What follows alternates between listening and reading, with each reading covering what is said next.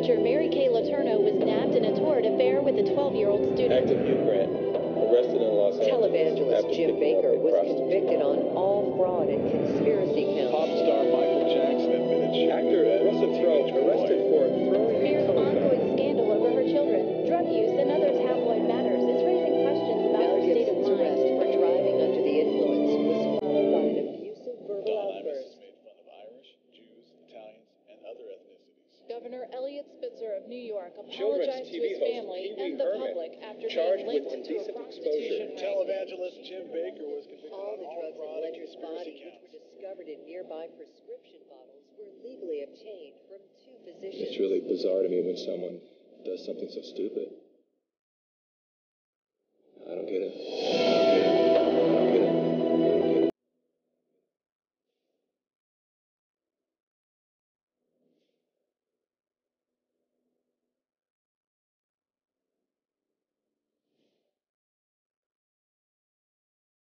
25 years ago, I woke up on a cold marble floor, and I had passed out after a night, I should say another night, of drugs. But something had shifted, and I knew that if I didn't make a dramatic change in my life, that I was going to die. And I called my mother, and I said, I need to go back into treatment. And I had already been in treatment 3 or 4 times. All these other times, I left. On day 10, I started to feel great. I'm drug-free. I'm not like any of these people. I'm out of here. And I would pack up my little bag, put my little arrogant suit on, and march myself out of treatment, and I was free. I was going to make it to the other side. By day 6 or 7, I'd be on the phone looking for my drugs and end up right back in rehab. So instead of running away this time, I went into the bathroom and I got down on my hands and knees and I started begging, please, relieve me of this pain. Grant me the serenity to accept the things I cannot change. I cannot change my desire to leave. And in that moment, on that floor, something happened to me. Something that was like magic. It was mind-blowing to me. Because all of a sudden, after a few minutes, I knew I could stay one more day. How could I go from terrified and my mind going a million miles a minute to this place of complete peace?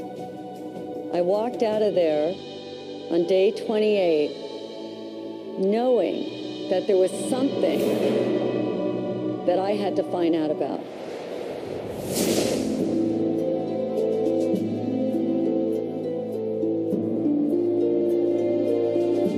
The shadow is dark, it's secretive, it can be dangerous. Shadow is everything that we don't want other people to see. Things we hide, things that we lie about, not only to others but to ourselves.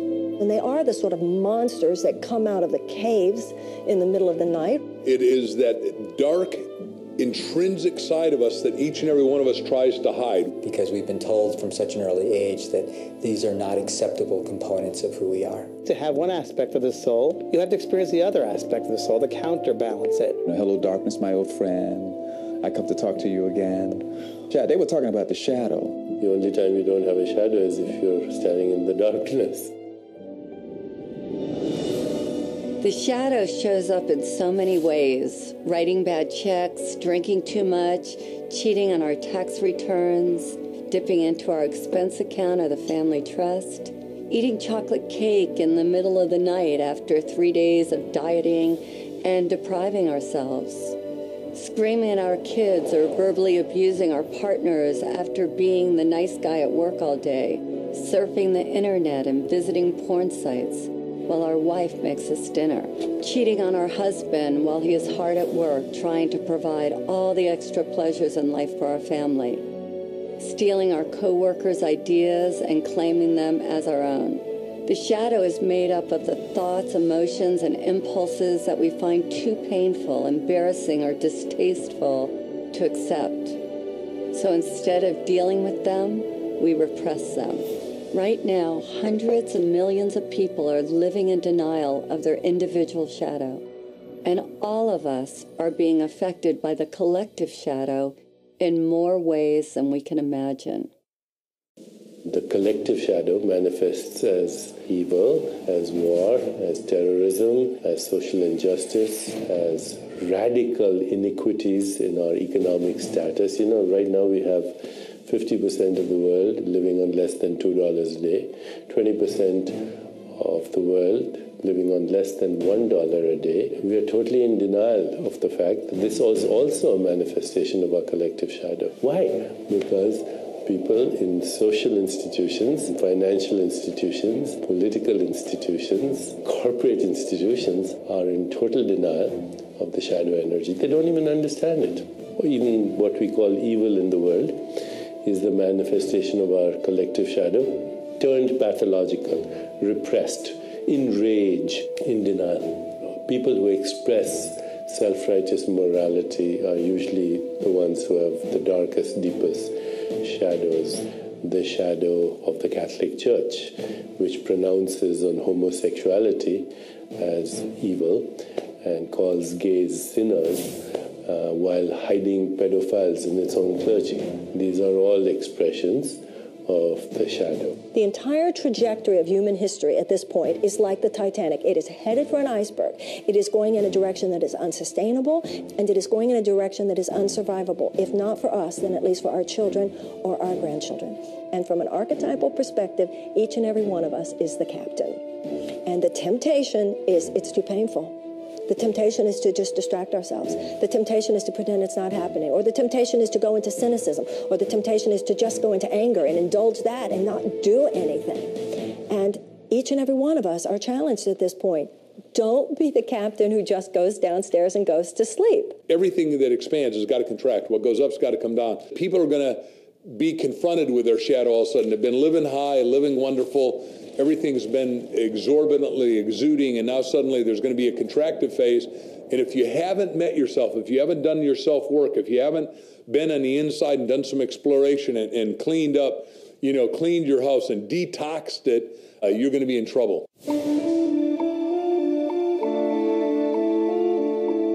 The birth of our shadow occurs when we are very young, before our logical thinking mind is developed enough to filter the messages we receive from parents, caregivers, and the world at large.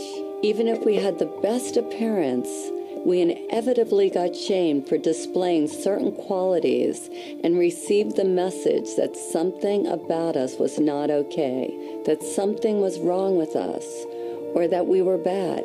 You greedy little toot, how are you going to eat all those before dinner? These messages get ingrained in our subconscious like a computer virus, altering our perception of ourselves and wounding our healthy sense of ego. When we suppress any of these qualities, we are living in denial of all of who we are.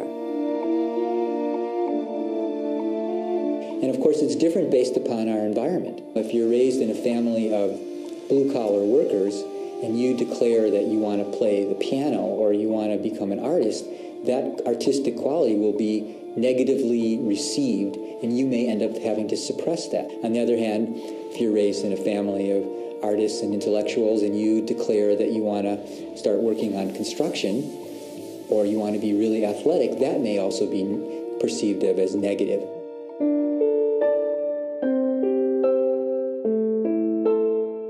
We try with all our might to pretend that we are not that which we hate.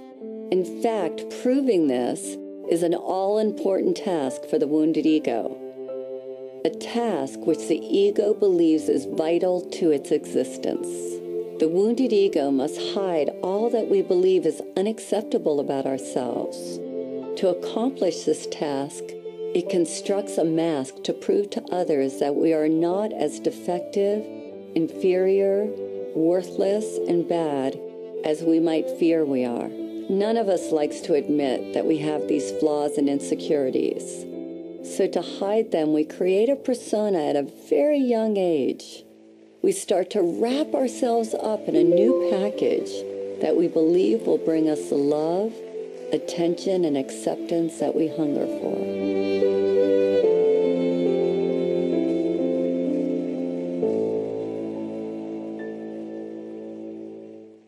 We create personas so that we can belong.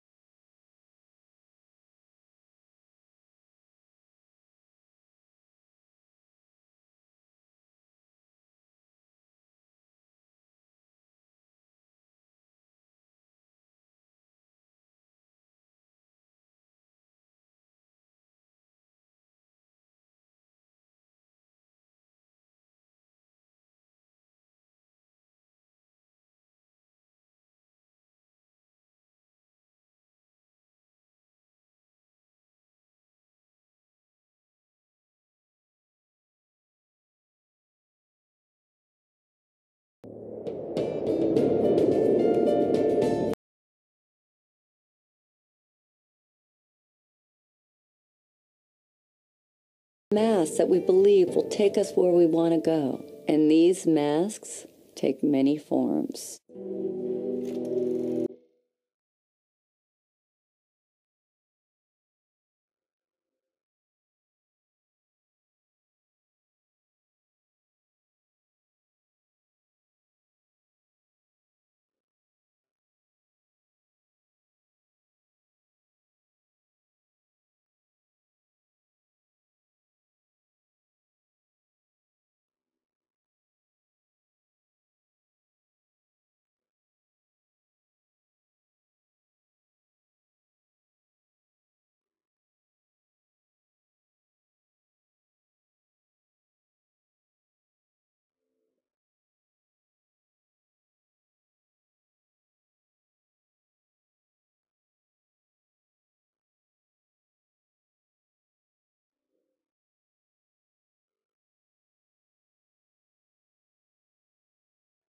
Which one do you wear?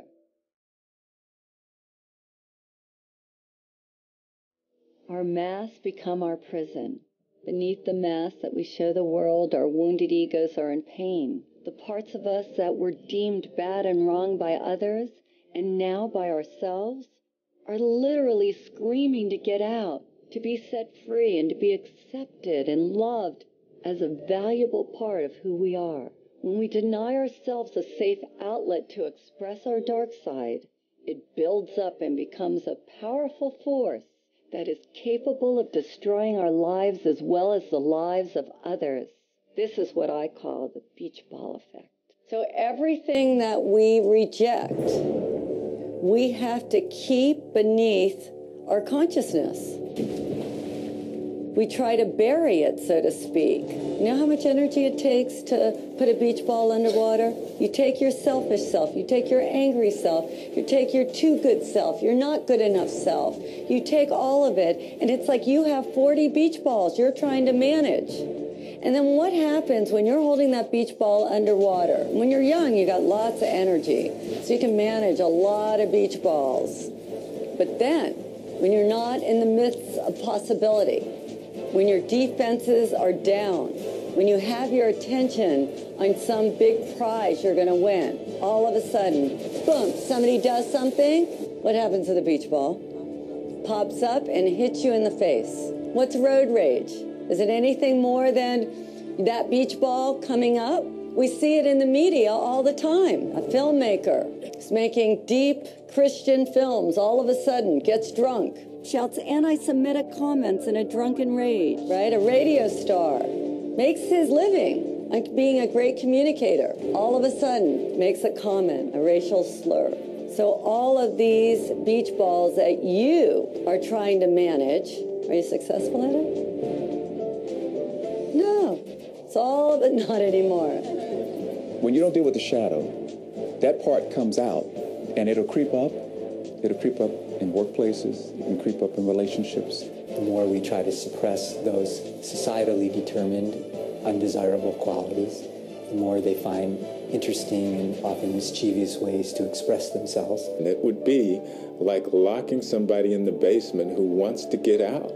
So they do things down there to get our attention until we recognize them and let them out. Because those aspects of ourselves that we don't like exit through a kind of detox process. It's got to come out in order to be released. One of my beach balls happened in front of a room full of people. So I'm out of treatment, 5 years. I've been floating around, trying to become the most perfect person. How could I have people want to be my friend? How could I be a little more spiritual? I was on the quest and I thought I was doing a really beautiful job.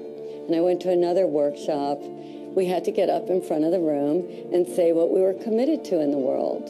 And I thought I was just being wonderful, and everybody was looking at me like you're all looking at me. And from the back of the room, this woman screams out, "You're a bitch!" And I thought, well, I know that. How does she know? And I was horrified. I was so humiliated. It was the one word that I didn't want to be called. And she said to me, "Tell me something good about being a bitch." And I said, "There's nothing good." She goes, "Well, you're a bitch. There's got to be something good about being a bitch." And all I could think of was all the ways that that part of me had hurt me. And at the time, I was a retailer. And she said, "Do you ever get damaged merchandise delivered to your store?" And I said, "All the time." She said, "Is there ever a time where they don't want to take back the damaged goods?" And I said, "Yes." And she said, "Well, do you ever have to get a little forceful or a little bitchy?" And I said, "Oh my God, yes." And I was remodeling a house at the time. She said, "When you're a couple of weeks late and $20,000 over budget, does it help to be a little bitchy? Would it help you?"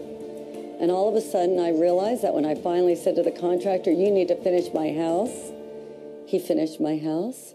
And this light went on inside of me, that this part of me that I had shamed, that I had hated so much, actually came bearing gifts. She said, "Either you're going to use it or it's going to use you." And that was a life-changing moment for me.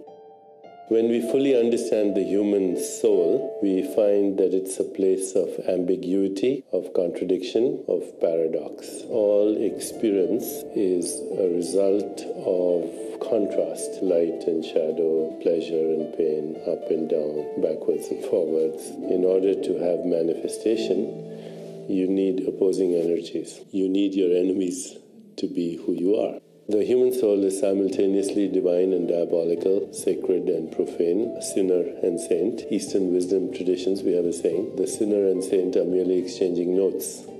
So once you understand that, then first thing you realize is to have a shadow is normal. If you had only truth, goodness, harmony on your side and the complete absence of the other, there would be no creative impulse. Let's say you had only the evolutionary creative impulse in the universe, then the universe would rapidly burn itself into the heat death of absolute zero. If on the other hand you had only the impulse of inertia or destruction or entropy, then the universe would rapidly collapse into a big black hole before you could say Deepak Chopra. We are the microcosm of the macrocosm. This means that every quality that we can see in another exists within us. We possess every human characteristic and emotion, whether active or dormant, whether conscious or unconscious. There is nothing we can see or conceive of that we are not. We are everything, that which we consider good and that which we consider bad. How could we know courage if we have never known fear? How could we know happiness if we never knew sadness? How could we know the light if we didn't know dark? All of life is based on the coexistence of these pairs of opposites. Our shadow is forever hiding from itself. Rather than confront our own darkness, we project these unwanted qualities onto others. When we are projecting our shadow selves, it sounds like this. "She's so self-centered. He's so full of himself. These people are idiots. What a loser." Afraid of our own unworthiness and simultaneously afraid of our own greatness, we unconsciously transfer these qualities onto another rather than owning them ourselves. Those we project on own pieces of our unclaimed darkness as well as pieces of our unclaimed light. Until we take back all that we have projected away, what we can't be with won't let us be.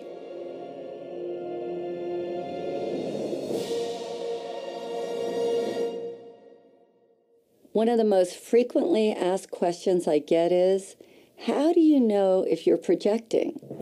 If it's your stuff or theirs? I think it was best said by revered philosopher and psychologist Ken Wilber. He says that if a person or thing in our environment informs us, if we receive what is happening as information, a point of interest, we probably aren't projecting. On the other hand, if it affects us, we're pointing our fingers, judging, if we're plugged in, chances are that we are a victim of our own projections.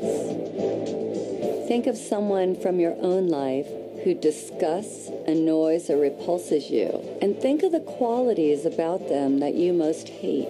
Now imagine this person standing right in front of you, and I want you to put your hand out, point your finger at them, and say, "You're an idiot," or "You're a know-it-all," or "You're selfish." Now stop where you are. Keep your finger pointing at them, and now notice that one finger is pointing at them, and where are the other 3 fingers pointing? Back at you. This is the phenomenon of projection. Instead of acknowledging the qualities within us that we dislike, we project them onto someone else. We project them onto our mothers, our kids, our friends, or even better, some famous public figure who we have never even met. If I asked each of you what you love about these people, you would each have a different response. The people that you hate also represent some aspect of yourself that you don't own. Notice what you think and feel as you look at each of these people.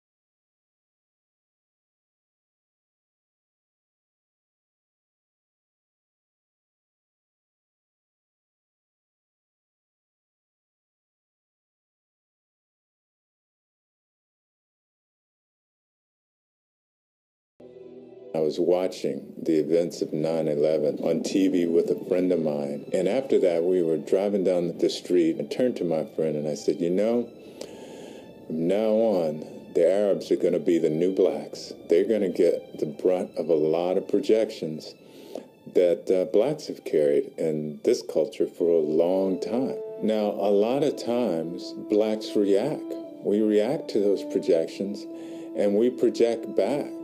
And that creates a vicious cycle. And the ego consciousness just responds the way it should, really, because it's designed to respond as a survival mechanism. That's what the ego is all about, to help us survive. But it's mechanical, it's reactive. When an aggressive, negative energy is directed at us, the ego immediately wants to defend and react. Of course, when you react to a projection, you become that projection.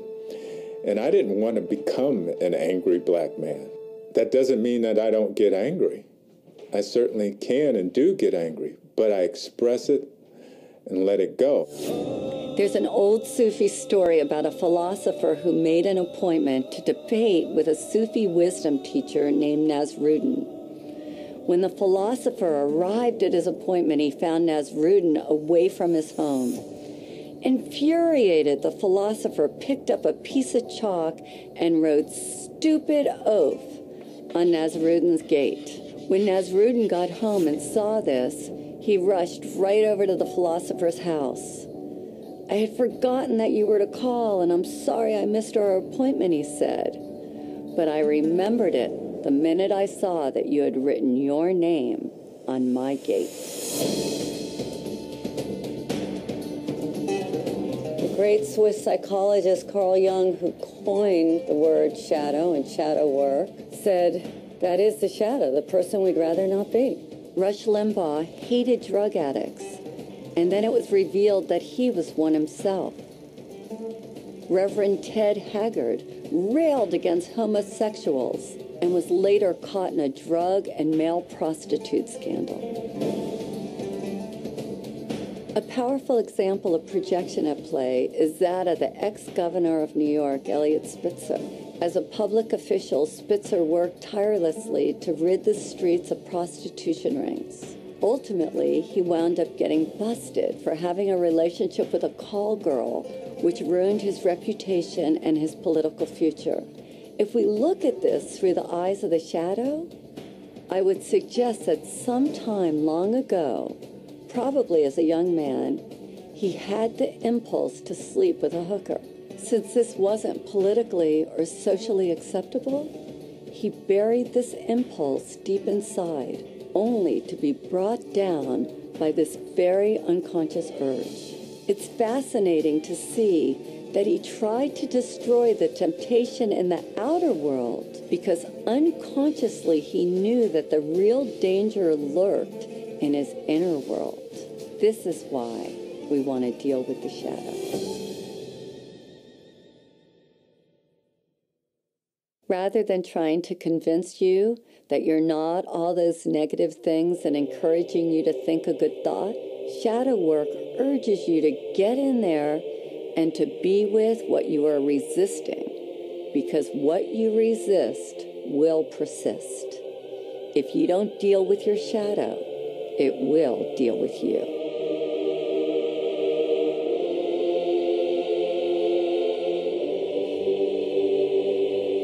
The cost of ignoring a destructive pattern is that you're going to self-destruct. You will implode rather than explode.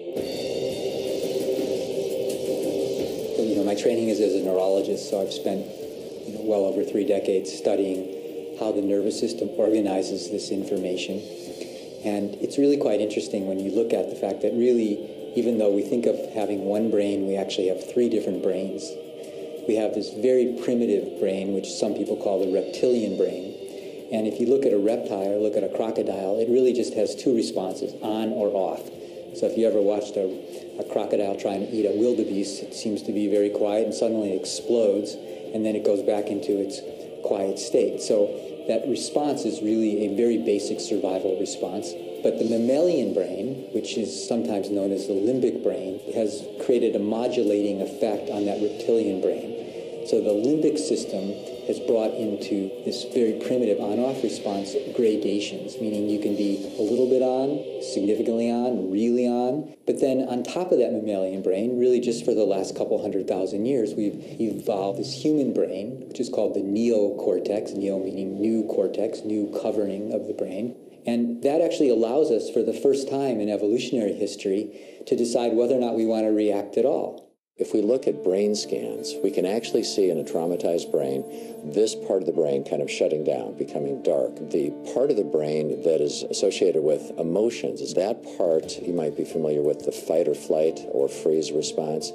The amygdala, which is the fear processing center in this part of the brain, really becomes bright. So what happens is trauma changes brain functioning, and then that triggers changes in stress hormones in the body, which are not a good thing. It's crucial to be able to recognize and express any kind of pain. Without that, it stays with us. It lodges in the body, and it causes us to react, to live unconsciously. The unresolved issues that people have in their bodies, their emotions, has an absolute direct correlation with their physical bodies, their health, and their well-being. their expression of wellness overall. They think that their health is somehow separate from their emotions. They are intimately connected. Obesity, diabetes, heart disease, and cancer, they're all the result, significantly, of chronic, unprocessed, inflammatory molecules that have their correlates in the psychological world of chronic, unprocessed emotions and experiences. Every single one of those conditions is a byproduct of our stress levels. It affects our health intimately. Most people are aware that what they eat and what they drink affect their toxicity levels. What they don't realize is that what they think and the emotions that they've built up over years are really the most toxic. The ways that people have dealt with this traditionally and historically are inadequate. My patients are in overwhelm.